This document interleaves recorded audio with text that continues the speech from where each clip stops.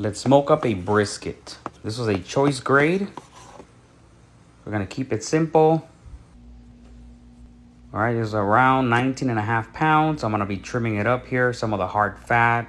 I'm trying to not dig too deep into the meat. You know, I'm not a professional at this, but I try my best. I like to leave at least 1/4 of an inch of fat. And then I'm gonna round up the edges as well, just like so. All this is hard fat, is not gonna render out. And I'm gonna trim some of the silver skin here.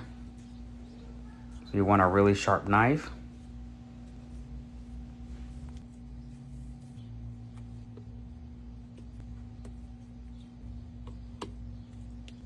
All these trimmings I'm gonna ground up into burger meat or ground beef. All right, now it's looking okay.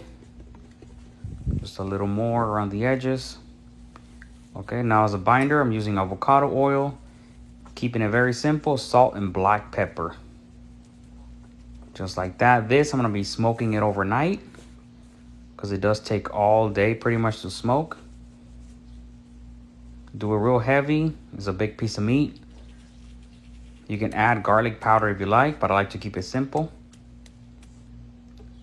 This is around 9:30 at night. I'm gonna throw it on the Oakford Next Grill pellet smoker. Running it at 250. Now the next morning, this is how it's looking like. Bark is looking great. So now we're gonna be putting it into a foil boat. I'm not gonna cover the whole thing, the whole brisket, just the bottom.